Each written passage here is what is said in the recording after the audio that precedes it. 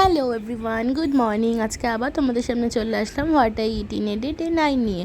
তো সকাল সকাল ঘুম থেকে উঠেই এই যে গরম জলের গ্লাস নিয়ে বসে পড়েছি, আর আলমন্ড বাদাম আর কিশমিশও খেয়ে নিলাম সাথে।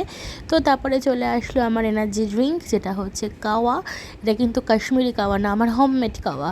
তো যাই হোক, এটা খেয়ে আমি আমার আবার ব্রেকফাস্ট করে নেব ছাতুর শরবত। তো চলো ফটাফট ছাতুর শরবতটা খেয়ে আমার ডিটক্স ওয়াটারটাও খেতে হবে লাঞ্চের আগে অবধি। দেন আমি খেয়ে দিয়ে চলে গেছিলাম ডিটক্স ওয়াটার খেয়ে মার ওখানে, কারণ শরীরটা একটু খারাপ লাগছিলো। তার জন্য মা আমাকে এই যে লেবু কেটে দিয়েছিল, মা দিয়েছিল বলেই কেটে আমি দাঁতে খেয়েছিলাম। দেন মার ওখানে আমার সোমবার নিরামিষ ছিল, তার জন্য মা করেছিল আমার জন্য কুমড়ো সিদ্ধ, বড়া, ডাল, স্যালাড আর লেবু ছিল। আর তারপরে আবার খেয়ে নিলাম একটু টক দই, যেমন খাই। তারপরে একটু অরিত্রর সাথে আমি বেরিয়েছিলাম সন্ধ্যাবেলায়, ভালো লাগছিল না বলে। তো বেরিয়ে একটু ওই যে সুইটকর্ন চাট খেলাম। দেন বাড়ি এসে আমি আবার একটুখানি ভাত, শসা আর একটু পনির খেয়ে নিয়েছিলাম, কারণ শরীরটা আমার সেদিনকে একদমই ভালো ছিল না সেই কারণে। তো বাড়ি ফিরে এসে আমি আমার আবার এনার্জি ড্রিঙ্ক, মানে রাত্রে শোয়ার আগের যে এনার্জি ড্রিঙ্কটা সেটা খেয়ে নিলাম। সারাদিনে 4 লিটার জল অবশ্যই খাবে। টাটা।